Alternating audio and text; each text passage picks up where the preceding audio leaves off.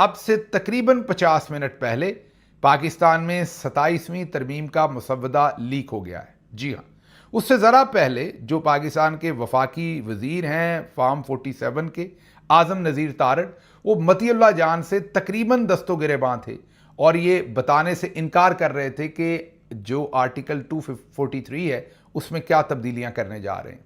जब मतीउल्लाह जान ने यह सवाल पूछे तो वो जिग-जैग कर रहे थे, बल्कि पीपल्स पार्टी मुसव्वदा देना चाहती थी या दिखाना चाहती थी सहाफ़ियों को, और आज़म नज़ीर तारड़ उनसे तकरीबन वो मुसव्वदा छीन रहे थे। ये अब से 1 घंटा पहले की बात है। लेकिन उसके बाद क्या हुआ कि यकायक ये मुसव्वदा जो है वो आज मीडिया में लीक हो गया। लीक होने से ज़रा पहले यह भी पता चला कि आपके और हमारे फॉर्म 47 के वज़ीर आज़म ने बाकू से, जी हाँ, जहां पर वो मसाज करवाने गए हुए हैं, वहां से ऑनलाइन बैठकर उन्होंने इस मुसव्वदे को मंजूर कर लिया, या काबीना ने मंजूर कर लिया और काबीना को चेयर किया उन्होंने वहां से बैठकर, मतलब बाकू से बैठकर उन्होंने ऑनलाइन ही इस मुसव्वदे की अप्रूवल दे दी। हालांकि आपको पता है कि आप मुल्क से बाहर हो तो कोई भी डॉक्यूमेंट आपने भेजना हो वो एम्बेसी के थ्रू, फॉरेन ऑफिस के थ्रू आता है, लेकिन वज़ीर आज़म साहब ने बाहर बैठकर ऑनलाइन ही काम डाल दिया। बहरहाल, मैंने जैसे कहा कि आ गया वो शाहकार जिसका था इंतज़ार। आप 5 साल 10 साल को रोते थे। फील्ड मार्शल ने कहा कि मैंने तो जब तक मरना नहीं यहाँ से नहीं जाना। उन्होंने कहा जब तक जिंदा हूं ये ओहदा मेरे पास रहेगा, 5 साल या 10 साल की एक्सटेंशन नहीं। उन्होंने कहा ये ओहदा मेरे पास ताहयात रहेगा। एक एक करके सब कुछ आपको बताते हैं क्योंकि मुसव्वदा हमारे सामने है। एक तरफ तो फौज का पूरा निज़ाम उन्होंने बदल के रख दिया है, जैसा हमने आपके सामने पिछले व्लॉग में रखा था वही चीज़ें तकरीबन सामने आई हैं, और दूसरा उन्होंने अदालती निज़ाम उधेड़ के तबाह करके रख दिया है। बल्कि अब मुल्क में सुप्रीम कोर्ट जो है वो एक आला तरीन अदालत नहीं बल्कि मातहत अदालत बन जाएगी। आला तरीन अदालत अब फील्ड मार्शल आसिम मुनीर की अपनी होगी, जहां पर वो काजी अमीनुद्दीन को बिठाएंगे। तो चलते हैं सबसे पहले आर्टिकल 243 जो मुसल्लह अफवाज के बारे में है। पहले इसमें क्या होता था और अब क्या तब्दीली की गई है, एक एक करके आपके सामने रखते हैं। पहले यह होता था कि सदर ममलकत वजीर आजम की सिफारिश पर तीनों अफवाज, आर्मी, नेवी, एयरफोर्स के जो सरबराहान हैं, मतलब चीफ है, उनका तकर्रर करते थे, और एक chairman joint chief of staff committee भी होता था। जैसे इस वक्त जनरल साहिर शमशाद हैं, लेकिन वो 27 तारीख को अब रिटायर्ड हो रहे हैं, ये आपके जहन में रहे। अब तब्दीली क्या की गई है? तब्दीली ये की गई है, नया निज़ाम बनाया गया है। आर्टिकल 243 की शिक 4 को मुकम्मल तौर पर तब्दील कर दिया गया है। अब सदर ममलकत वजीर आजम के मशवरे पर यह तकर्रियां करेंगे। पहले तो 3 चीफ्स की तकर्री करते थे और एक chairman joint chief of staff committee होते थे। अब क्या होना है? अब सदर ममलकत वजीर आजम के मशवरे पर chief of the army staff, जो बैक वक्त chief of the defence forces भी होंगे, जो चीफ ऑफ आर्मी स्टाफ भी होंगे, और उसके साथ साथ वो दूसरी दोनों अफवाज जो रह जाती हैं, मतलब नेवी और एयरफोर्स, उसके भी वही हेड होंगे, जिसकी वजह से उनको कहा जा रहा है chief of the defence forces. उनकी तैनाती करेंगे। उसके अलावा सदर वजीर आजम की सिफारिश पर chief of the naval staff और chief of the air staff की भी तैनाती करेंगे।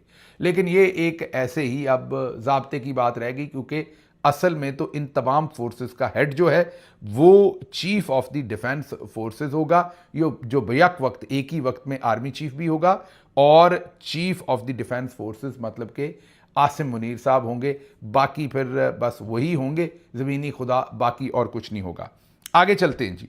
दूसरी तब्दीली इसमें बड़ी ये की गई है कि chairman joint chief of staff committee का खात्मा कर दिया गया है, मतलब ये ओहदा ख़त्म कर दिया गया है। अब ये पाकिस्तान के अंदर ओहदा नहीं होगा। आर्टिकल 243 की नई शिक 5 के मुताबिक chairman joint chief of staff committee का ओहदा 27 नवंबर 2025 से ख़त्म कर दिया जाएगा, क्योंकि जनरल साहिर उस दिन रिटायर्ड हो रहे हैं। जैसे ही वो रिटायर्ड होंगे तो ये ओहदा मुकम्मल ख़त्म कर दिया जाएगा। आगे तीसरी तब्दीली बड़ी क्या की गई है? नेशनल स्ट्रेटेजिक कमांड, एटमी कमांड, एटम बम हमारा जो है पहले आइन का हिस्सा नहीं था। एक मेरा ख्याल एग्जेक्टिव ऑर्डर या ऑर्डिनेंस जो भी आपने कहना है, उसके थ्रू ही हम निज़ाम चला रहे थे, जिसमें आर्मी चीफ भी चेयरमैन जॉइंट जो है वो उसको हेड करते थे, और दूसरी तरफ से जो उसी कमेटी के चेयरमैन थे वो प्राइम मिनिस्टर ऑफ पाकिस्तान होते थे। अब उसको भी तब्दील कर दिया गया है। पहली दफ़ा एटम बम के मामले को भी लाया गया है आइन के अंदर। और अब क्या तब्दीली की गई है, नई शिक 6 के मुताबिक वज़ीर आज़म chief of the defence forces की सिफारिश पर। अब आपने जहन में रखना है, वज़ीर आज़म पहले तो था कि वज़ीर आज़म की सिफारिश पर सदर करता था। अब जो अर्दली रखा हुआ ना फील्ड मार्शल ने, वो उसके दस्तखत होंगे, लेकिन सिफारिश किसकी होगी? मतलब एटम बम किसके कंट्रोल में होगा, ये कौन चुनेगा? आसिम मुनीर। तो आसिम मुनीर की सिफारिश पर वज़ीर आज़म जो है वो उस बंदे की तकर्री कर देंगे। आसिम मुनीर साहब अपने पास भी रख सकते हैं और किसी और अर्दली नुमा शख्स को भी एटम बम जो है वो दे सकते हैं कि आप इसके अब मालिक हो या आप इसके नज़्म नस्क को देखोगे।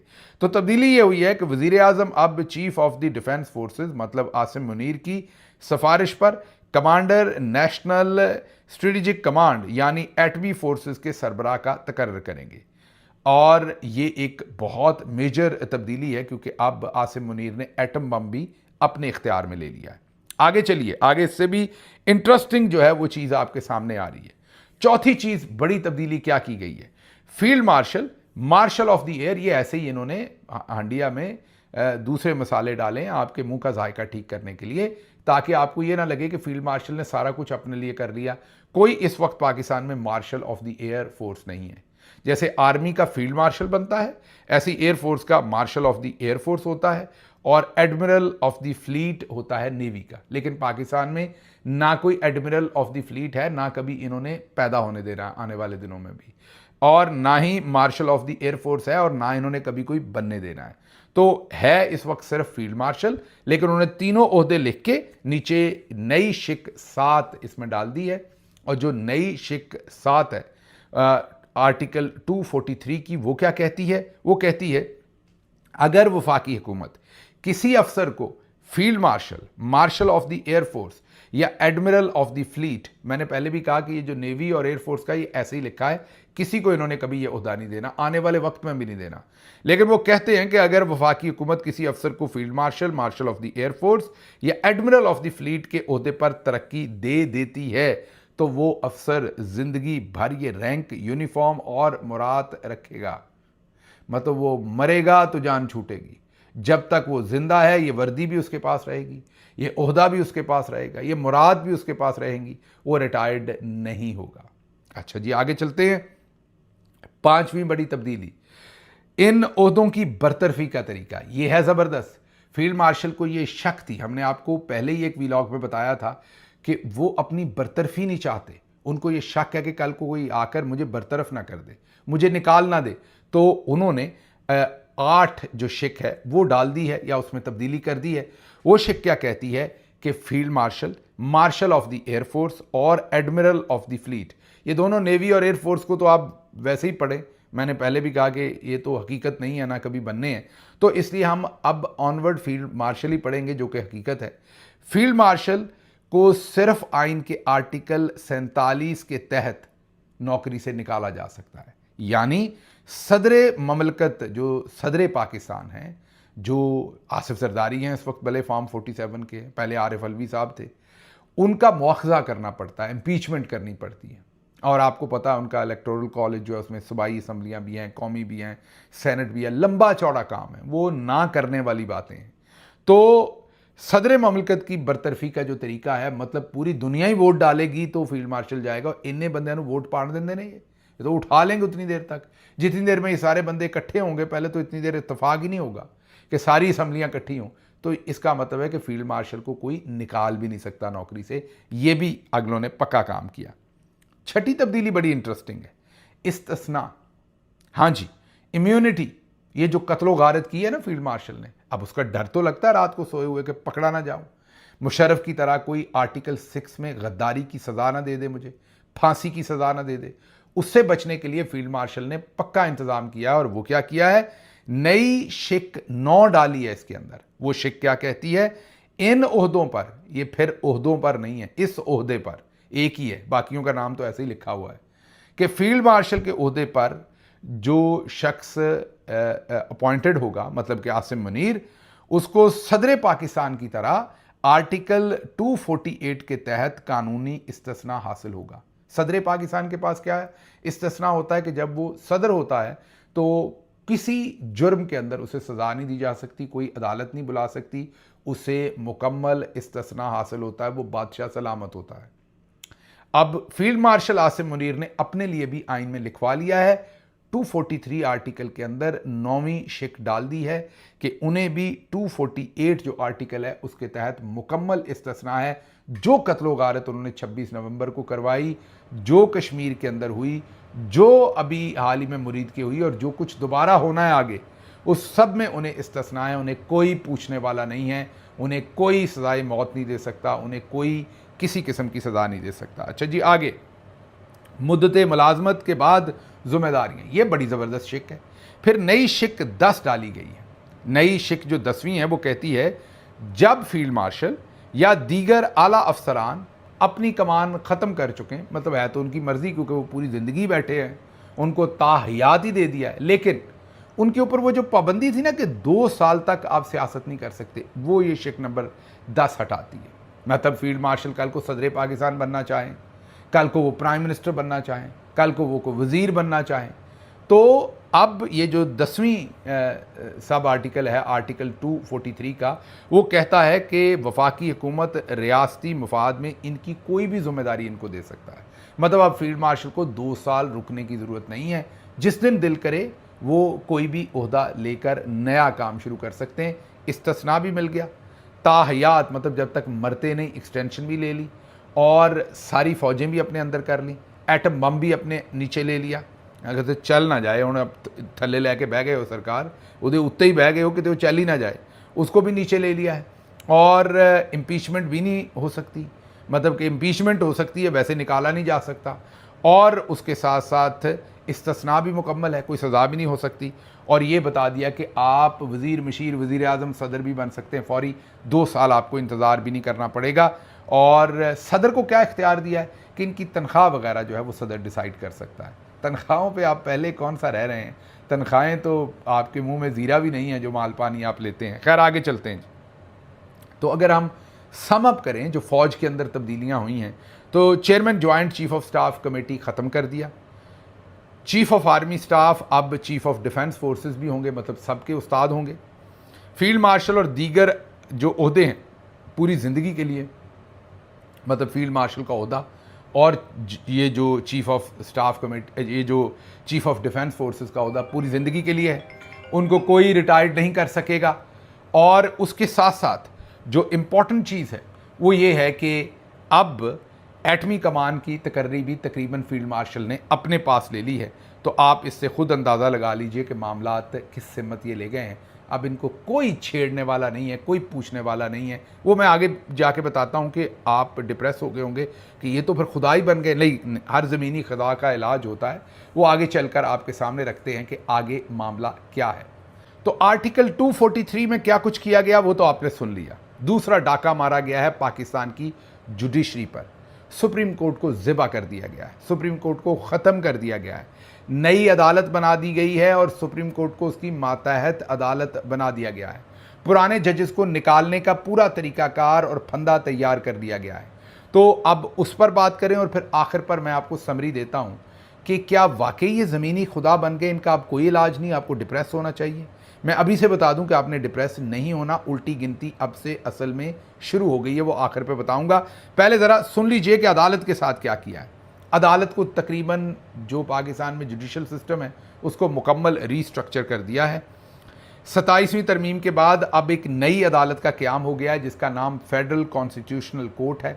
इसको हम FCC कहेंगे, federal constitutional court, FCC, 9 onward इसको हम कहेंगे। आइन में एक नया बाब लिखा गया है, चैप्टर 1A। चैप्टर 1 के साथ साथ चैप्टर 1A एक नया चैप्टर लिख दिया गया है, नया बाब शामिल किया गया है, जिसके तहत federal constitutional court of Pakistan कायम की जाएगी। उस चैप्टर के अंदर इसके तमाम लवाजमात लिखे गए हैं। इस अदालत का चीफ जस्टिस और जज हजरात सदर ममलकत और वज़ीर आज़म के मशवरे से मुकर्रर होंगे। ये अदालत आइनी मामलात, कॉन्स्टिट्यूशनल इशूज़ और वफाकी और सूबाई हुकूमतों के तनाज़ात की वाहिद अथॉरिटी होगी। सुप्रीम कोर्ट नहीं सुन सकेगी इन केसेस को, सिर्फ आइनी अदालत सुन सकेगी। ये हक सुप्रीम कोर्ट से छीन के आइनी अदालत को दे दिया गया है। मिसाल आपको एक दे देते हैं कि पहले आर्टिकल 184(3 जो सुप्रीम कोर्ट का सबसे पावरफुल टूल था, जिसके तहत सुप्रीम कोर्ट बुनियादी हकूक के लिए सो मोटो लेती थी।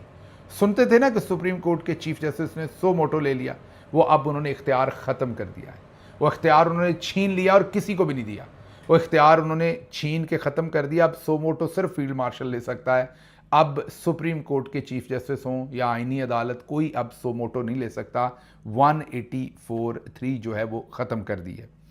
अच्छा जी, लिखा हुआ है यहाँ के कॉन्स्टिट्यूशनल कोर्ट के पास चला गया 184(3, लेकिन मेरा नहीं ख्याल कि वो ले सकेंगे या उनको इस काबिल ये छोड़ेंगे, लेकिन लाइन एक लिखी हुई है।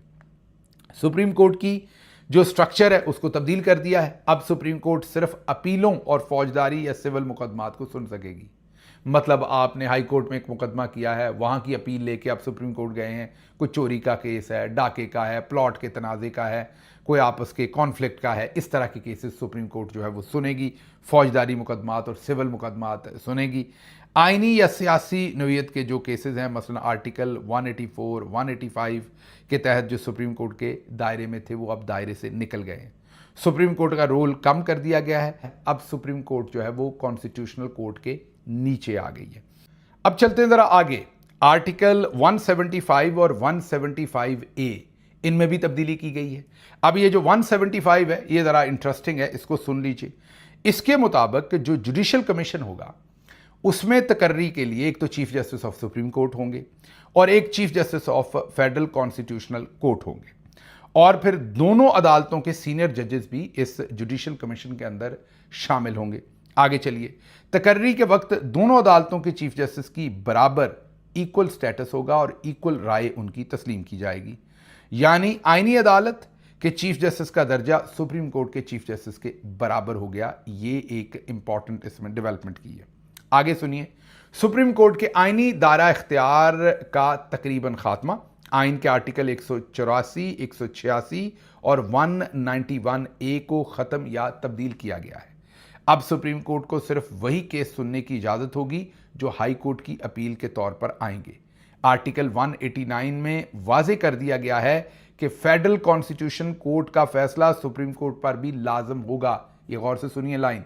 फेडरल कॉन्स्टिट्यूशनल कोर्ट का फैसला सुप्रीम कोर्ट पर भी लाजम होगा। मतलब सुप्रीम कोर्ट मातहत हो गई, फेडरल कॉन्स्टिट्यूशनल कोर्ट जो है वो पाकिस्तान की हाईएस्ट कोर्ट हो गई, क्योंकि उसका फैसला अब सुप्रीम कोर्ट पर भी लागू है। सुप्रीम कोर्ट को असल में तो एक हाई कोर्ट बना दिया गया है, दूसरे लफ्ज़ों में इस्लामाबाद हाई कोर्ट बना दिया गया है उसे। अच्छा जी, अब ज़ाहिर है सबऑर्डिनेट अदालत हो गई है। आइनी तनाज़ात का नया फोरम अब वफाक, सूबों के झगड़े और सब कुछ जो भी है, इवन फील्ड मार्शल की तकर्री, बाकी मामला सारे भी वो फेडरल कॉन्स्टिट्यूशनल कोर्ट में ही जाएंगे और इस अदालत के फैसले अब सब के लिए हतमी और वाजिबुल तामील और बाइंडिंग होंगे। कोई भी इनके फैसलों से इनकार नहीं कर सकेगा। ये सबसे ऊपर वाली अदालत होगी। चीफ जस्टिस की मुद्दत मुलाजमत, फेडरल कॉन्स्टिट्यूशनल कोर्ट के चीफ जस्टिस की मुद्दत सिर्फ 3 साल रखी गई है, क्योंकि कईयों को बारी देनी है, कईयों ने गंदा काम किया हुआ है, उन सबको राज़ी करना है। उम्र 68 साल कर दी गई है, 68 ईयर, लेकिन 3 साल उनकी टेन्योर रखा गया। इसी तरह सुप्रीम कोर्ट के चीफ जस्टिस की उम्र भी 65 साल से बढ़ा के 68 साल मीन 68 ईयर कर दी गई है, लेकिन वहाँ भी 3 साल की ही वो जो मुद्दत है वो रखी गई है। अच्छा जी, अब आगे चलते हैं। सुप्रीम जुडिशल काउंसिल जो जजेस को निकालती है, उनकी अकाउंटेबिलिटी करती है, उसकी भी तश्कील नौ है। सुप्रीम जुडिशल काउंसिल में अब दोनों अदालतों के जजेस, FCC के भी और सुप्रीम कोर्ट के भी चीफ जस्टिस और जजेस शामिल होंगे। जस्टिस की बरतरफी का निज़ाम जो है वो दोनों अदालतों पर उसी तरह से लागू होगा। अब चीफ जस्टिस ऑफ पाकिस्तान अकेले इस काउंसिल के सरबराह नहीं होंगे, बल्कि दोनों चीफ जस्टिस जो होंगे कॉन्स्टिट्यूशनल कोर्ट के और सुप्रीम कोर्ट के, वो दोनों इसको इकट्ठे हेड करेंगे। अच्छा जी, आगे चलिए ज़रा।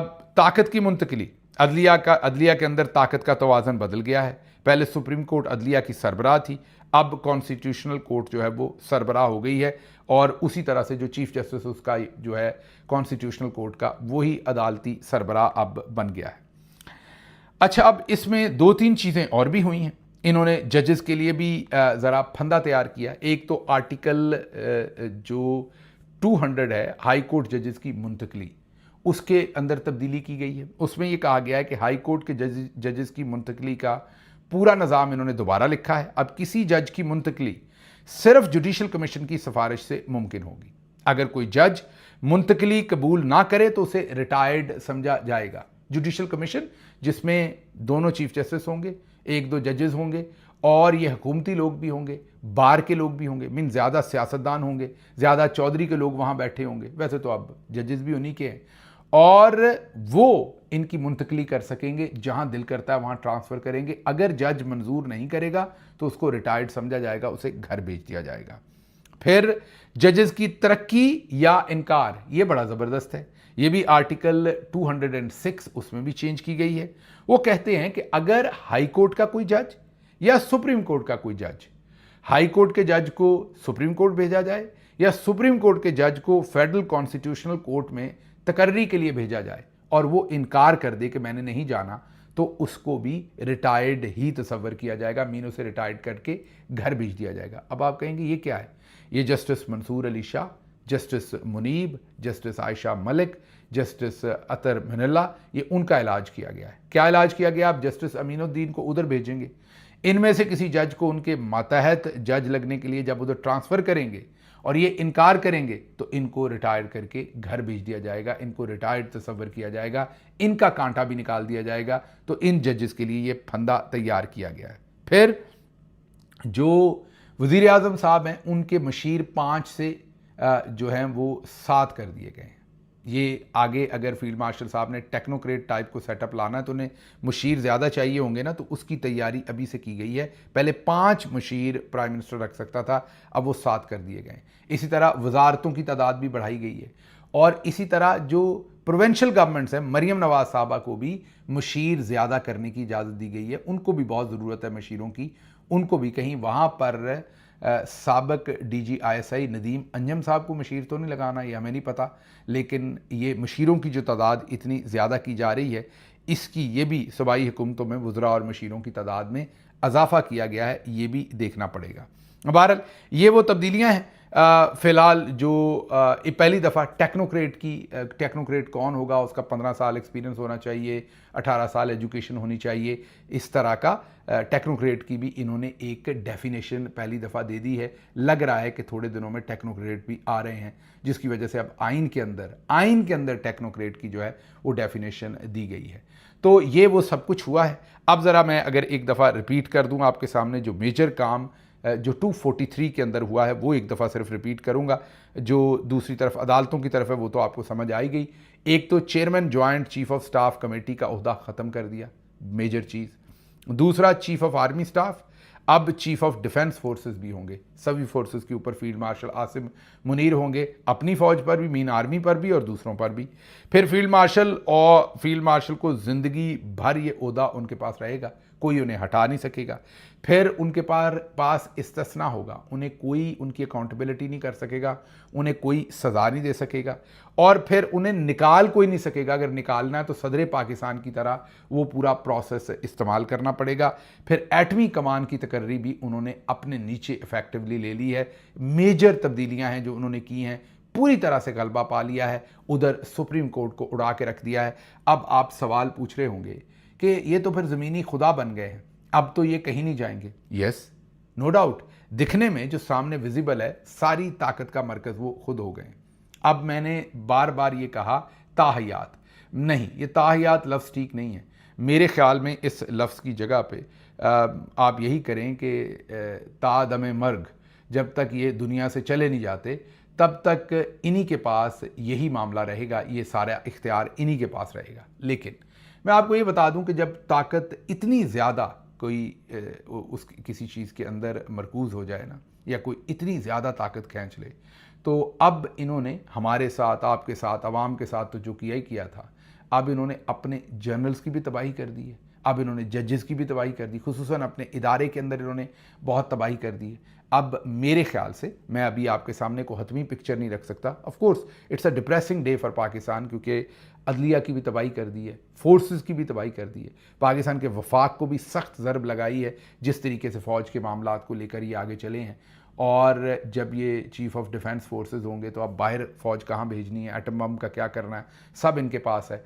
तो आई अंडरस्टैंड कि ये बड़ा डिप्रेसिंग है सब कुछ, लेकिन मेरा दिल कहता है कि अब रोशनी यहीं से फूटेगी। जो कुछ इन्होंने कर लिया है, अब ये अपना तवाज़न बरकरार नहीं रख सकेंगे। फ़िलहाल आपको यही अपडेट देनी थी। मुझे यहाँ से इजाज़त दीजिए। अल्लाह आपका हामी नासिर हो। पाकिस्तान जिंदाबाद।